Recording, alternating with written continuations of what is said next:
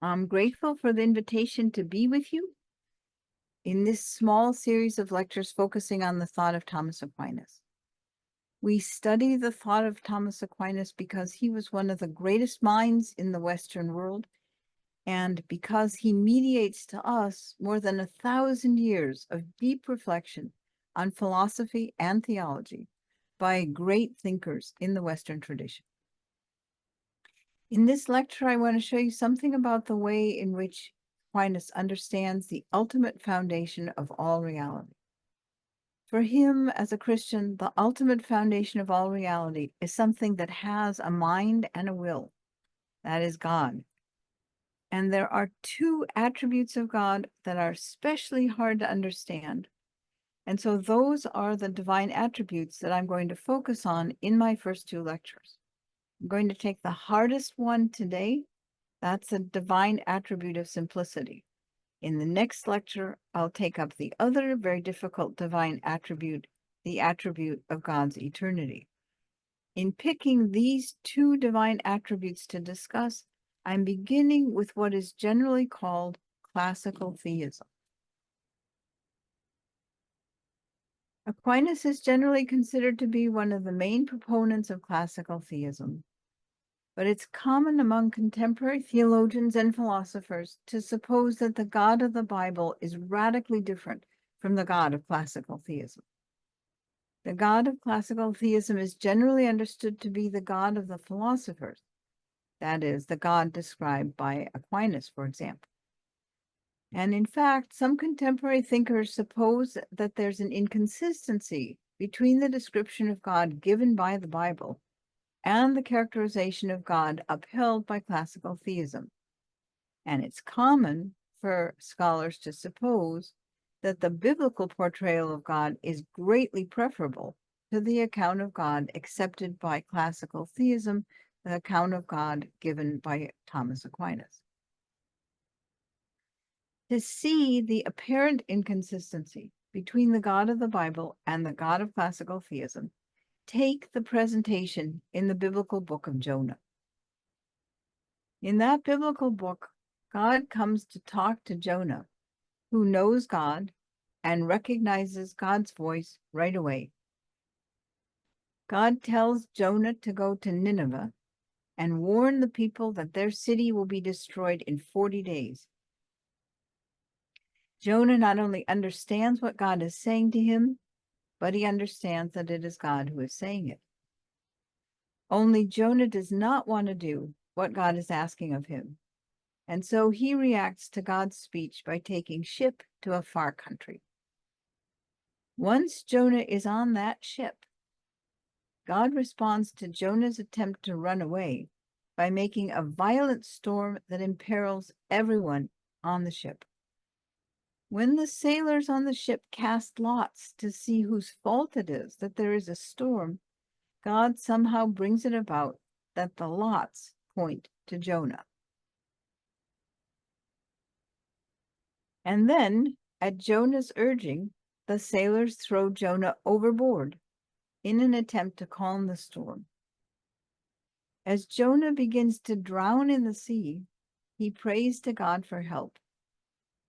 In response, God prepares a rescue for Jonah in the form of a large sea beast who saves Jonah by swallowing him whole. Inside the beast, Jonah finally prays to God a prayer accepting the task that God has set out for him. Because of this prayer of Jonah's, God speaks to the beast, who hears and obeys God's voice, and spits Jonah out on shore. Then Jonah does in fact go to the people of Nineveh to give them God's message that their city will be destroyed in 40 days. The result of Jonah's prophesying God's plan for the city's destruction is that the whole Ninevite people repent in dust and ashes. And because they do, God responds to their repentance by canceling the destruction of the city, which he had told Jonah to announce.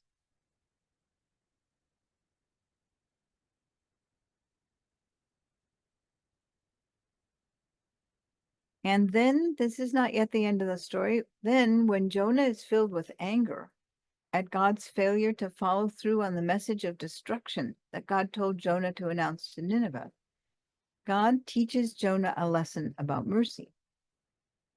He makes a fast-growing plant appear by Jonah and then quickly die.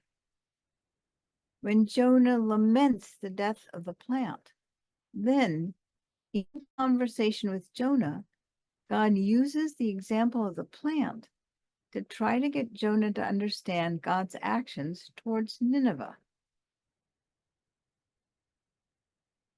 The God of the Bible is so present to human beings that they know God and relate to God in highly personal ways. For his part, God converses with people, responds to their needs and prayers, apparently changes his mind about what he has told them, issues prophecies about them that he seems to decide not to fulfill, and in general engages with individual human persons in close and personal ways.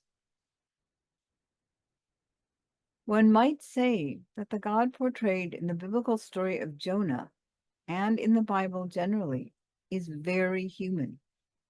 When Genesis says that human beings are made in the image of God, the stories of God in the Bible bear out this claim.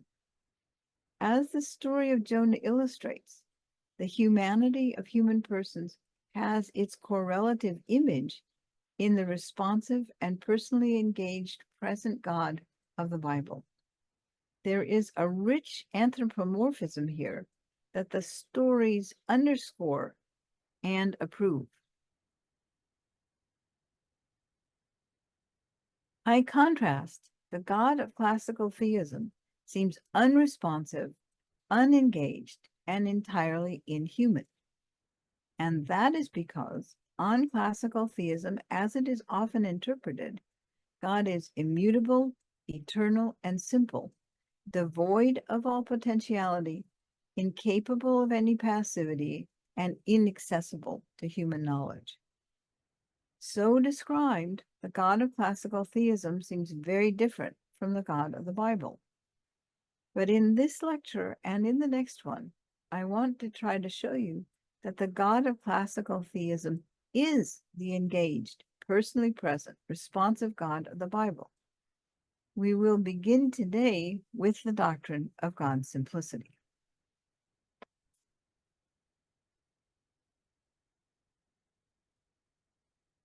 The doctrine of divine simplicity is the most difficult and controversial piece of medieval philosophical theology, but it is also one of the most important parts of it. This doctrine derives from the conviction that God is an absolutely perfect being, self-explanatory, completely actual.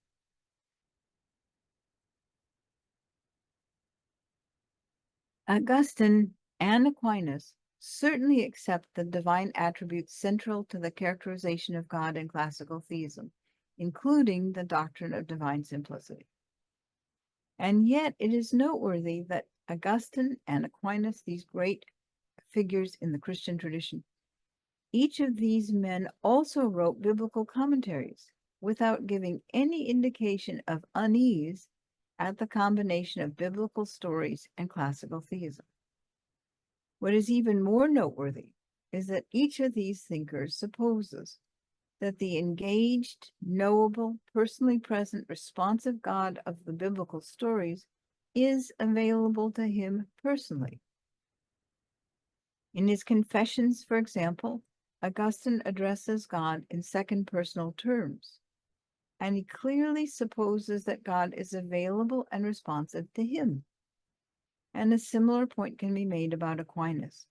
In all Aquinas's works, but especially in his biblical commentaries, Aquinas shows that he expects God to be engaged with all human beings, himself included, in such a way that God is known by human beings and is personally present and responsive to them. How is it possible that these great thinkers in the tradition of classical theism could also have accepted the picture of God in the biblical stories? Is it so much as possible for a simple God to be the God of the biblical story. So let's look more closely. To answer this question, let's look more closely at the doctrine of divine simplicity. As Aquinas understands it, the doctrine of simplicity can be summarized in 3 claims. The first claim distinguishes God from material objects. Here's the first claim. It is impossible that God have any spatial or temporal parts. He can't be located in space. He can't be located in time. The second claim asserts that the standard distinction between an entity's essential and intrinsic accidental properties cannot apply to God. So here's the second claim of the doctrine of divine simplicity. It's impossible that God have any intrinsic accidental properties. And here's the third claim. The third claim rules out the possibility of components of any kind in the essence that is the divine nature. Whatever can be intrinsically attributed to God must be the single undivided unity that is God. And so for this reason, it has to be said that God is his own essence or nature. And here's what this claim implies. God does not have omniscience. He is omniscience. He doesn't have goodness. He is goodness, and so on.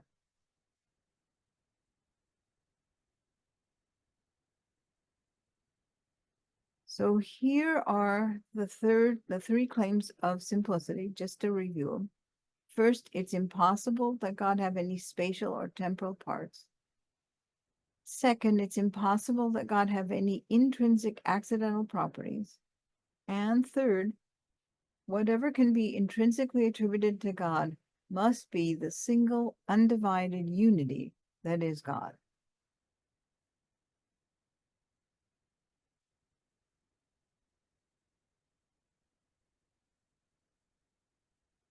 So here's how the Christian tradition of classical theism thought about God. God is his own essence, and his essence is his being, or essa.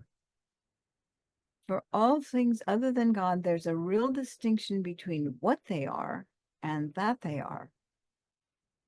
But God is his own being, his own essa. It helps here to put the point in Latin. And it seems to follow from these claims that God is not a being, or to put the point in Latin, God is not an ens, an entity. God is not an id quod est, that which is.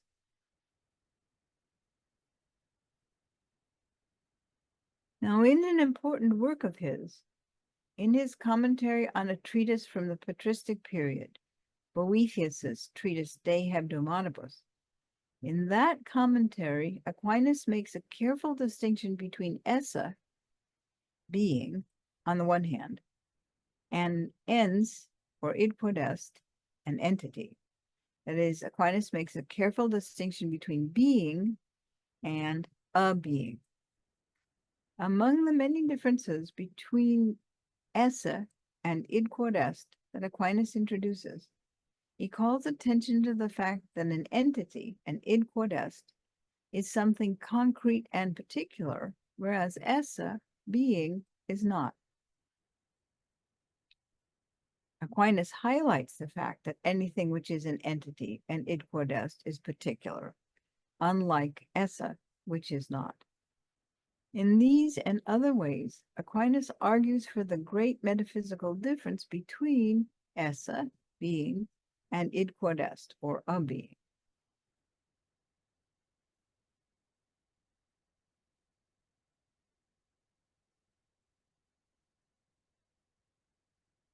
And Aquinas puts that point this way. He says, we signify one thing by essa and another thing by id quod est, just as we signify one thing by running and another thing by a runner. For running and essa signify in the abstract, just as whiteness also does. But id quod est, that is, an entity, and a runner, all these things signify in the concrete, just as a white thing also does. You can see the point here by thinking of love. Love is abstract and universal. A loving thing is concrete and particular, and these are very different. A loving person can know you and love you. Love itself can't do anything just because it's abstract and universal. But if we think of God just as essa or being, then it seems that we run into theological problems. If God is essa alone, then it seems that many of the standard divine attributes can't be applied to God. Standard divine attributes such as being omniscient or being possessed of free will, for example, can't apply to something that isn't an entity. It's hard to see how something characterized only as being itself could be capable of knowing or loving anything. As Aquinas himself is at pains to show in his commentary on Boethius' treatise, only an entity, a concrete particular, can have any attributes of any sort. And in general, it seems that mind and will characterize only something that is a concrete particular, an id quod est, an ens, an entity. So how could God as only essa be omniscient or be loving? The solution to this problem and others like it actually can be found in that same commentary on Boethius' treatise by Aquinas.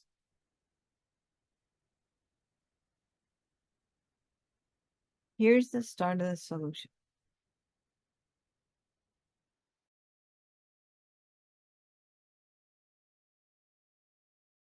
Aquinas says, first about composite things and then about simple things.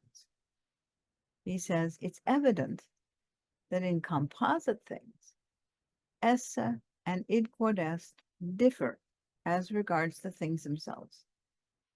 And so Boethius says that in every composite thing, essa is one thing, and the composite thing itself, the thing is an id quod est, is something else. But here's what Aquinas says about simple things.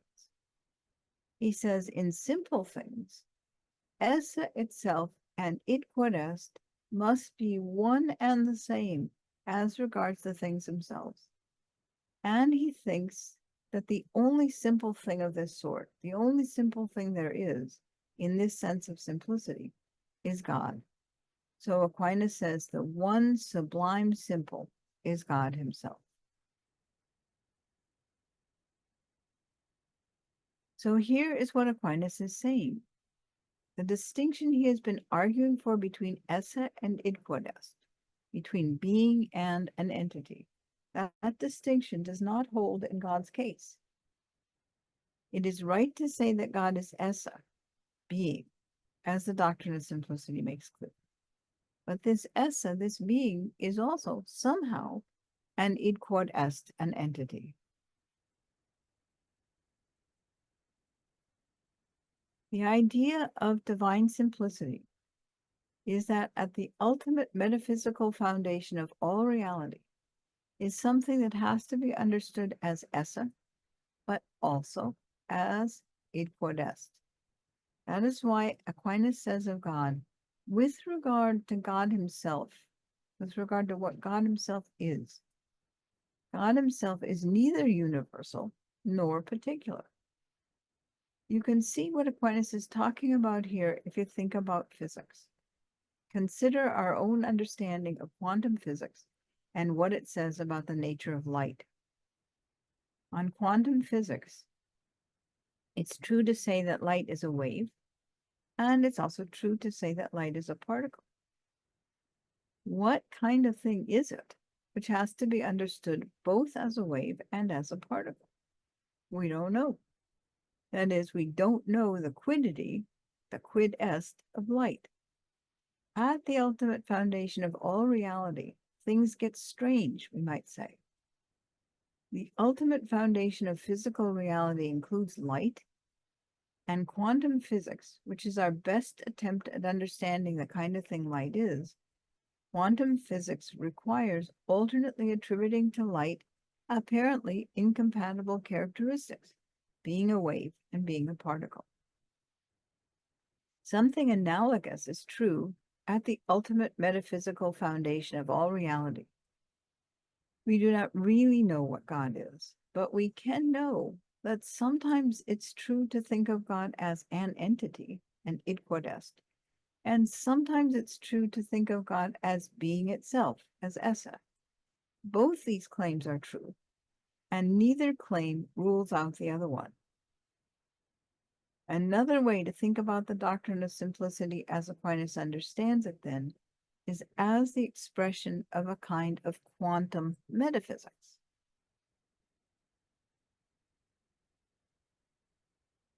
This is how Aquinas describes this quantum metaphysics. Aquinas says, those material creatures that are whole and subsistent are composite. For this reason, all the names imposed by us to signify some composite subsisting thing signify in the concrete, as is appropriate for composite things.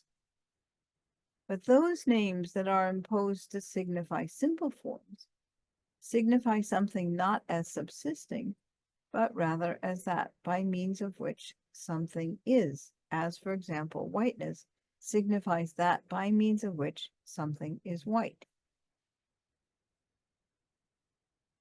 And so Aquinas says, because God is both esse and id quod est, because God is both being and a being, we attribute to God both abstract names to signify God's simplicity and concrete names to signify God's completeness and concreteness. And so Aquinas says, nonetheless, each kind of name falls short of God's own mode of being, just as our intellect does not know God as he is in this life.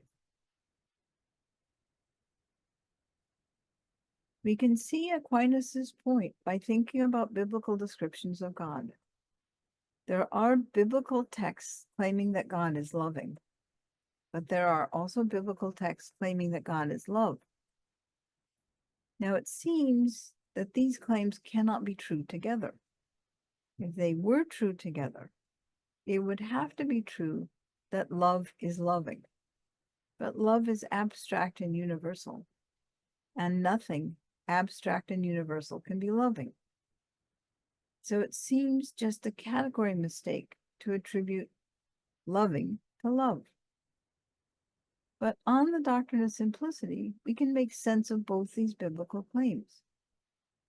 Because God is simple, and we do not comprehend the quiddity, do not comprehend God's own quid est, the best we can do is to adopt a kind of quantum metaphysics. Sometimes we have to characterize God with abstract terms, and so we say that God is love. And sometimes we have to characterize God with concrete terms, and so we say that God is loving. Consequently, on the doctrine of simplicity, it's right to describe God as an entity, a being, capable of creating, capable of loving, capable of acting. It's true to describe God in those ways, but only with the proviso that it's also right to describe God as being, or esse. If we understand it in this way, we can see that the doctrine of divine simplicity has great power for philosophy and theology. I'm going to show you this with just one example. Consider what's called the Euthyphro dilemma. The Euthyphro dilemma faces us with two equally unacceptable explanations of the grounding of ethics. In the Platonic dialogue Euthyphro, Socrates asks his friend Euthyphro what the connection is between the gods and morality. That Socratic dilemma is usually put this way. Do the gods will what is good because it is good? Or is what the gods will good because they will it? This is a dilemma because there are serious philosophical and theological costs to each of the options in the dilemma. If the gods will what is good because it's good, then it seems that the gods are not sovereign, but are rather bound by the demands of the objective good. On the other hand, if what the gods will is good because they will it, it seems that anything whatever could be good if only the gods will it, so that a radical theological relativism in ethics results.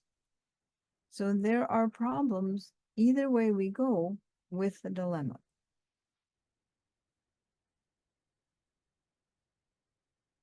The doctrine of simplicity provides a way to sail through the Euthyphro dilemma.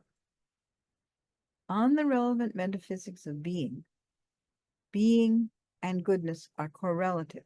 They are two sides of the same thing. Consequently, since on the doctrine of simplicity, it's true to say that God is being, it's also true to say that God is goodness. That is, insofar as being is God's own nature, then goodness is God's own nature too. But on the doctrine of simplicity, it's also true to say that God is a being and that God is good. For this reason, on the doctrine of simplicity, it's true to say that God wills the good because it's good. But then it's also true to say that the good that God wills is his own nature. The objective character of the good that God wills does not impugn God's sovereignty because it's God's own nature that constitutes that objective goodness. Consequently, nothing outside God binds God's will. His sovereignty remains.